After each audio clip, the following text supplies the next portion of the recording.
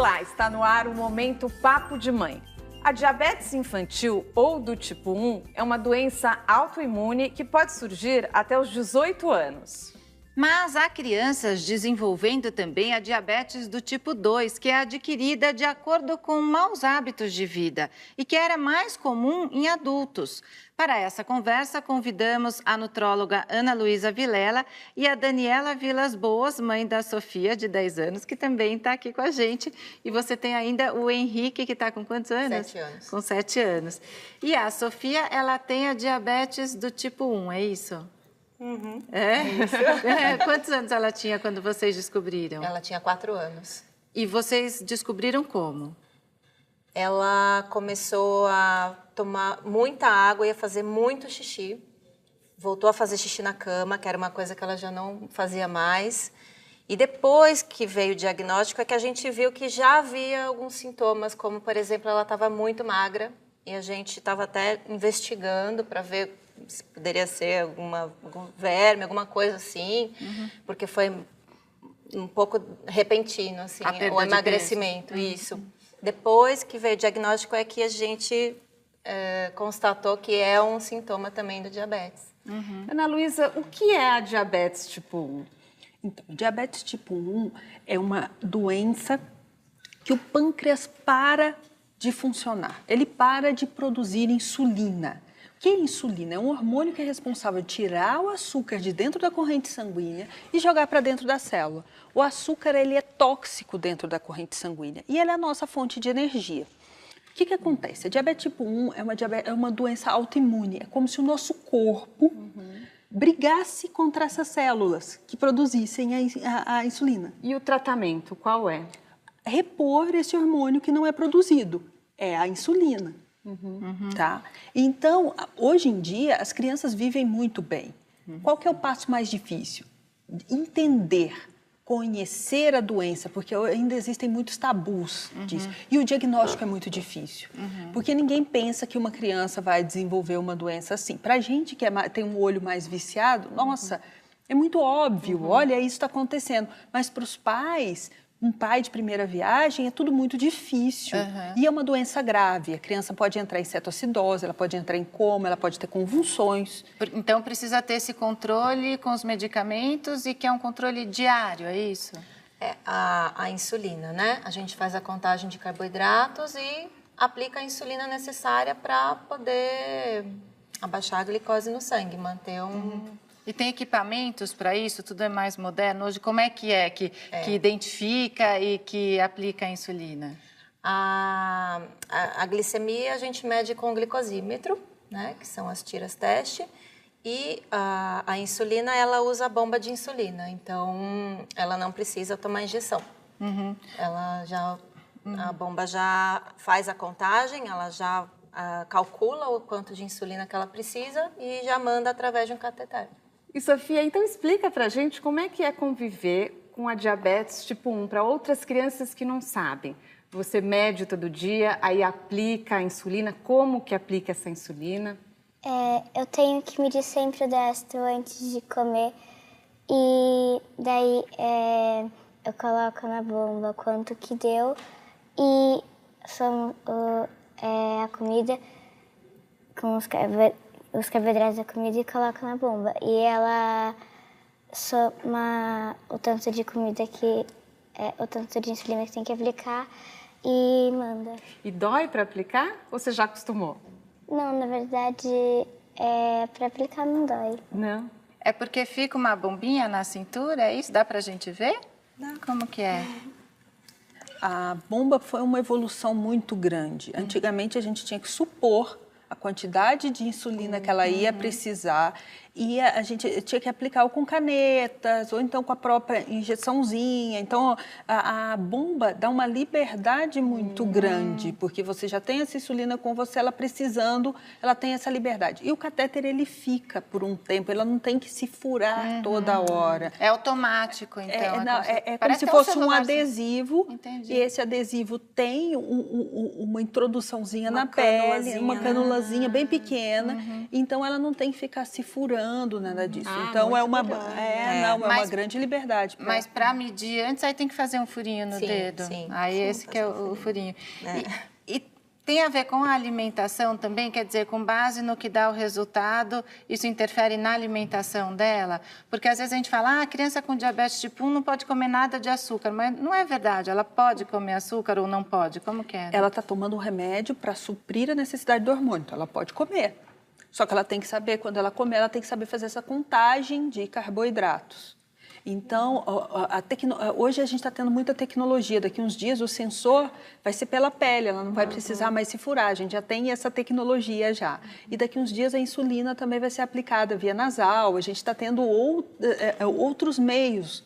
E a insulina análoga, essa insulina que a gente usa, foi um grande avanço na humanidade. Porque antigamente as crianças morriam há muitos anos atrás, sem saber nem do diagnóstico e nem ter essa possibilidade de tratamento. Hoje elas têm vida normal e grandes atletas são diabéticos tipo 1. E aí, então a alimentação dela não mudou nada, Daniela, ou mudou alguma coisa? Bom, quando ela tinha 4 anos, a gente já tinha uma alimentação bem regulada assim, em casa, né? Eu sempre priorizei coisas integrais, frutas, verduras, isso se manteve. A única coisa é que a gente teve que calcular quantidades, né? Porque ela usava a injeção no começo, então a gente precisava ajustar a quantidade de carboidratos à dose que ela poderia tomar. E daí vocês descobriram a partir de um exame de sangue ou são vários exames? Ela fez um exame de urina. E aí veio aquele monte de positivo na glicose. É de urina, então. Isso. Mas também eu acho que pode ser de sangue. No caso dela, doutora? foi de urina. Não, sim, exames que mostram excesso de açúcar. Isso. Tá. Ou uma glicemia capilar, até o destro mesmo, num dia você consegue fazer diagnóstico se está muito alto. Então, a gente vai agora para o intervalo e no próximo bloco a gente pode explicar a diferença da diabetes infantil tipo 1 com a diabetes tipo 2, que também tem atingido as crianças, não é o caso dela, mas que é importante fazer o alerta. Este nosso papo já continua, nós voltamos depois do intervalo, é rapidinho.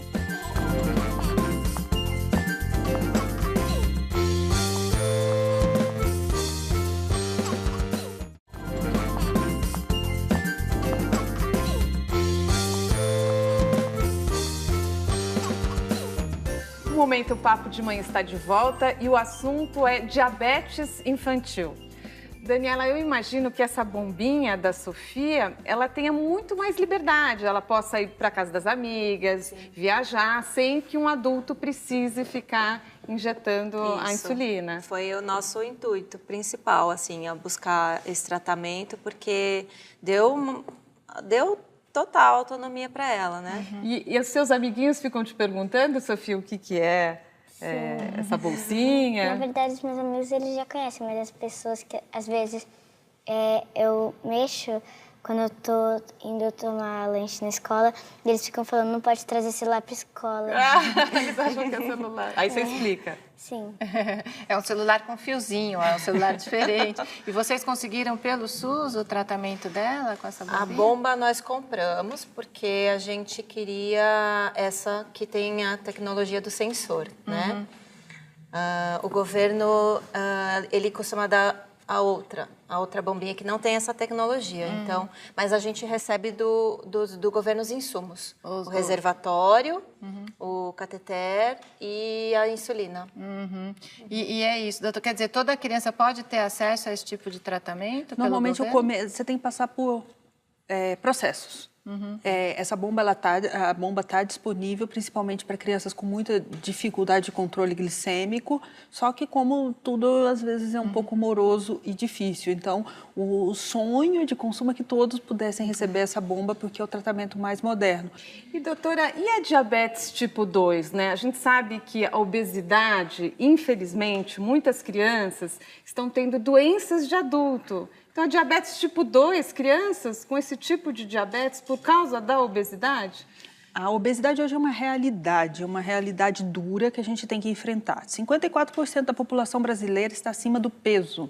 Isso, lógico, que impacta muito na vida das crianças, porque as crianças são um segmento dos adultos. O que fazemos em casa, as crianças replicam.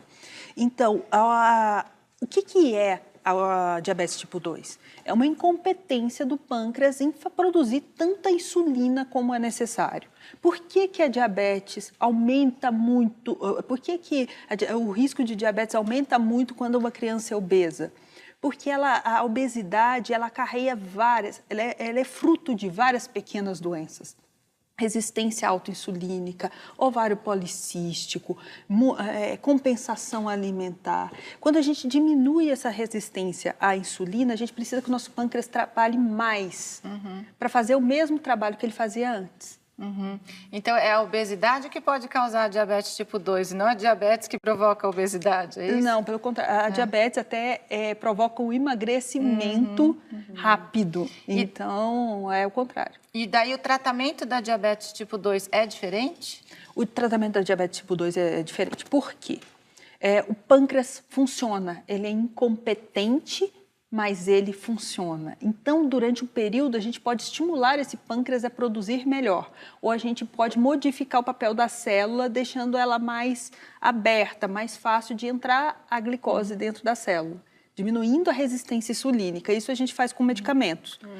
Quando a gente chega num grau mais avançado, que o pâncreas já está mais incompetente, aí sim a gente usa a insulina para o tratamento. E, Daniela, tinha alguém com diabetes tipo 1 na família? Não. Não? Não, foi uma surpresa total. Então, vocês tiveram que aprender sobre o assunto, Total. pesquisar.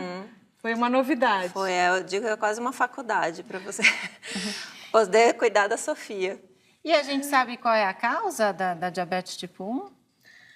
Bom, pelo que a gente estudou, né, para poder entender, seria genético, né, com algum...